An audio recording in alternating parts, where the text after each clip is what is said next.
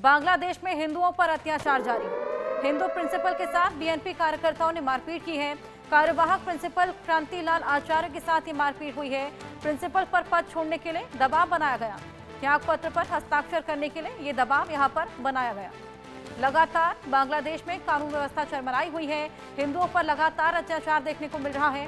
साथ ही जिस तरीके से शेख हसीना की पार्टी के तमाम नेता जिनके घर में तोड़फोड़ की गई, अब इसके बाद बीएनपी कार्यकर्ता हैं जो कि हिंदू प्रिंसिपल पर दबाव बनाते हुए नजर आए, अपने पद को छोड़ने का और हिंसा करते हुए भी नजर आए थे। इस्तीफे पर हस्ताक्षर करने के लिए दबाव बनाया गया। अत्याचार हिंदुओं पर लगातार जारी है। बांग्लादेश में यूनूस सरकार के राज में अल्पसंख्यकों पर लगातार अत्याचार जारी है और अब एक बार से फिर से बांग्लादेश में कट्टरपंथियों ने हिंदुओं को निशाना बनाया। दरअसल बांग्लादेश में एक हाई स्कूल के हिंदू प्रिंसिपल को उसके मजहब की वजह से बांग्लादेश नेशनलिस्ट पार्टी के कार्यकर्ताओं ने पिटाई कर दी और इतना ही नहीं, उन पर अपने पद से इस्तीफा देने के लिए दबाव बनाया गया। बांग्लादेश के चटगांव में तोबराक अरीफ चौधरी हाई स्कूल के कार्यवाहक प्रिंसिपल क्रांतिलाल आचार्य पर खालिदा जिया के नेतृत्व वाली बांग्लादेश नेशनलिस्ट पार्टी सदस्यों ने मारपीट की है और त्यागपत्र पर हस्ताक्षर करने के लिए दबाव बनाया गया। प्रिंसिपल क्रांतिलाल की बेटी भावना आचार्य ने सोशल मीडिया पर बताया कि उनके पिता के साथ मारपीट की गई है और उन्हें स्कूल आने से मना किया गया। उन्होंने इल्जाम लगाते हुए कहा कि बीएनपी वर्कर्स के हमले के बाद से उनके पिता बीमार भी चल रहे हैं। मारपीट की तस्वीरें भी आपके टीवी स्क्रीन पर हैं। किस तरीके से वहां पर ये बीएनपी के कार्यकर्ता पहुंचे हुए थे। ये वही बीएनपी के कार्यकर्ता हैं जो कि बांग्लादेश में छात्र आंदोलन कर रहे थे और इन्हीं छात्रों ने मिलकर एक पार्टी भी फॉर्म की है। ये छात्र जिस तरीके से यहाँ पर हिंसक प्रदर्शन करते हुए नजर आ रहे हैं, ऐसे में ये अपने आप में एक बेहद बड़ा सवाल खड़ा होता है कि ये आगे चल के बांग्लादेश आखिर संभालेगी कैसे। बांग्लादेश में खतरे में है हिंदू। लगातार बांग्लादेश में हिंदुओं पर अत्याचार जारी है। बांग्लादेश में हिंदू प्रिंसिपल की पिटाई की गई। हिंदू प्रिंसिपल के साथ बीएनपी कार्यकर्ताओं ने ये मारपीट की, जिसकी तस्वीरें भी हमने आपको दिखाई। कार्यवाहक प्रिंसिपल कांतिलाल आचार्य के साथ ये मारपीट की गई है। प्रिंसिपल पर पद छोड़ने के लिए दबाव बनाया गया। इस्तीफे पर हस्ताक्षर करने के लिए ये दबाव बनाया गया। हाई स्कूल के प्रिंसिपल हैं जिनको हिंदू होने की वजह से ये मारपीट झेलनी पड़ी। प्रिंसिपल की बेटी ने सोशल मीडिया के जरिए ये खुलासा किया है।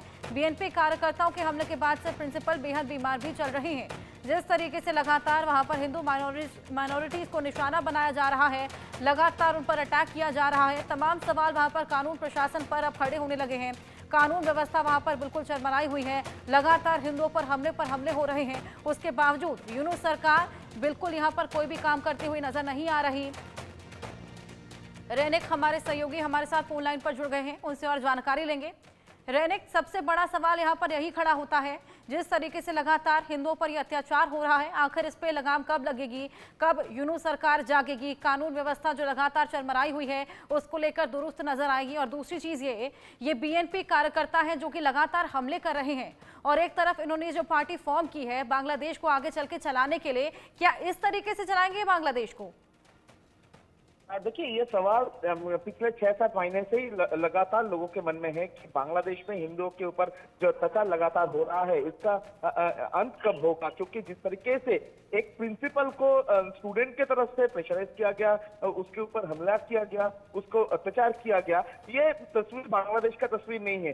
जिस छात्रों के ऊपर भरोसा करके लोग उम्मीद रखे थे कि नया गवर्नमेंट फॉर्म होगा, जिस छात्रों के कारण में बांग्लादेश में शेख हसीना का सरकार का पतन हुआ था, जिस छात्रों ने बांग्लादेश को उम्मीद जताया था कि नया बांग्लादेश देखने को मिलेगा, उसी छात्र की तरफ से एक उन लोगों का जो प्रिंसिपल, एक हाई स्कूल का प्रिंसिपल, उनके साथ जो बिहेवियर देखते हुए ये बांग्लादेश का तस्वीर नहीं हो सकता है। क्योंकि बांग्लादेश में छात्रों की तरफ से अगले दिन देश चलाने का जो बात किया जा रहा है, इस तस्वीर से तो साफ हो जा रहा है कि इन लोगों के हाथ में अगर देश जाएगा तो कौन सी दिशा में बांग्लादेश जा सकता है। क्योंकि लगातार ये इंटरिम गवर्नमेंट फॉर्म होने के बाद से जिस तरीके से हिंदुओं के ऊपर हमले का घटना घट रहा था, उसी के दौरान जिस तरीके से मोहम्मद यूनिस चुप बैठे थे, इस घटना में भी मोहम्मद यूनिस चुप ही बैठे हैं। इंटरिम गवर्नमेंट की तरफ से इसके खिलाफ में कोई कार्रवाई नहीं किया गया है। इंटरिम गवर्नमेंट इस बारे में कोई बयान भी नहीं दिया है। तो ठीक इसी सिचुएशन में अगर गवर्नमेंट कुछ ना करे तो बांग्लादेश में हिंदुओं का